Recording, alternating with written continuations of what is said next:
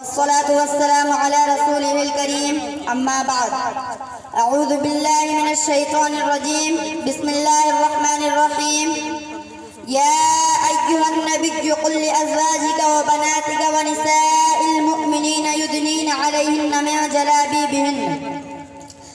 بے پردہ نظر آئی جو کل چند بیویاں اکبر زمین میں غیرت قومی سے گر گیا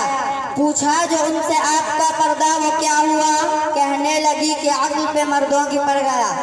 محترم حضرات میں نے قرآن کریم کی آیت کا ایک ٹکڑا آپ حضرات کے سامنے پڑھا جس میں نبی اکرم صلی اللہ علیہ وسلم کو اس بات کی ہدایت دی گئی کہ اے نبی اپنی بیویوں اور بیٹیوں اور تمام مسلمانوں کی عورتوں کو اس بات کا حکم دیجئے کہ اپنے اوپر تھوڑی سی چادر لٹکا لے یعنی کلام اللہ شریف کی اس آیت کے اندر پردہ کرنے کا حکم نازل ہوا قرآن پاک کی دوسری آیت کا ٹکڑا یہ ہے وَلْيَضْرِبْنَ بِخُمُورِهِنَّ عَلَى جُيُوبِهِنَّ کہ عورتیں اپنی اوڑھنیوں کو اپنے سینوں پر ڈال لیا کریں اس آیت سے بھی پردہ کی جانب اشارہ ہے مگر دوستو جب مذہب اسلام کے روشن ستاروں سے کفر و الحاد ظلم و جہالت کے بادل چھٹے بے غیرتی اور بے حیائی کی تاریخیاں ختم ہوئی قرآن پاک کے عدل و انصاف سے بادل کے لہراتے جھنڈے گر پڑے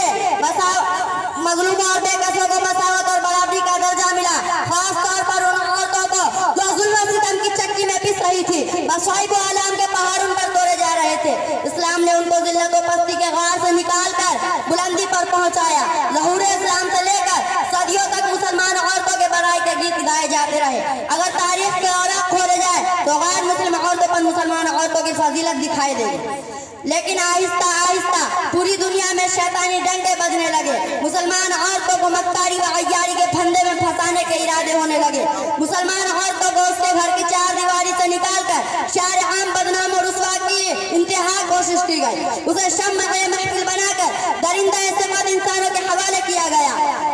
پردہ کے مخالفت میں لاکھوں صفحات سیاہ کر دیے گئے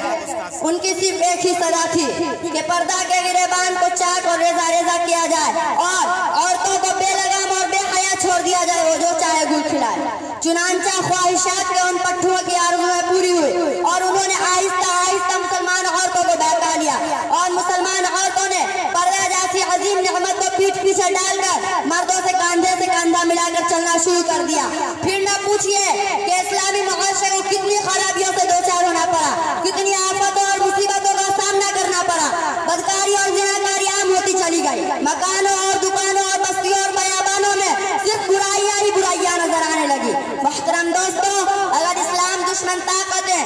جیسے یورپ امریکہ اگر پردہ کے خلاف نعرہ بلند کرے تو اس سے ہمیں کوئی تعجب و حیرانی نہیں چونکہ اسلامی تعلیمات کو ہر طرح سے بدنام کرنا ان کا شیوا بن چکا ہے مگر افسوس اور افسوس کہ ہمارے ہی قوم کے اکثر لوگ جو مسلمان ہونے کا دعویٰ کرتے ہیں اور محمد عربی صلی اللہ علیہ وسلم کی امتی کہلاتے ہیں وہ بھی اسی ذہنی غلامی کا شکار ہے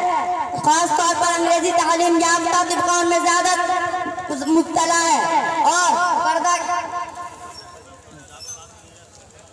اور پردہ کے معاملے میں وہ بھی اسلام دشمنوں کے ساتھ ہے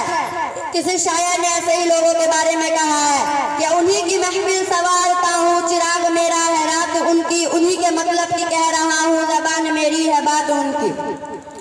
محترم دوستوں آج پردہ کے مسائل کو لے کر مناظرہ بازیاں اور مضمون نگاریاں ہوتی رہتی ہے پردہ کے خلاف تحریکیں چلتی ہے پردہ کو ایک بہت بڑی ناانصافی کہا جاتا ہے کہ پردہ قید و بند ہے عورتوں کے لیے پردہ کو بہت بڑی ناانصافی کہا جاتا ہے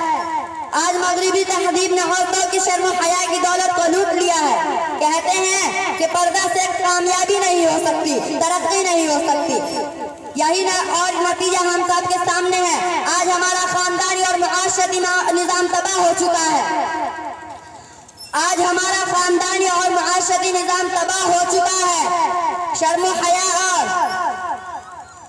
شرم و حیا اور اخلاق و عادات کا جنازہ نکل چکا ہے انہی چند باتوں پہ میں اپنی تقریر کو ختم کرتا ہوں اللہ تعالی ہم سب کو کہنے سنے سے زیادہ اس پر عمل کرنے کی توفیق عطا فرمائے آمین ثم آمین وآخر الدعوانا الحمدللہ رب العالمین ماشاءاللہ جزاک اللہ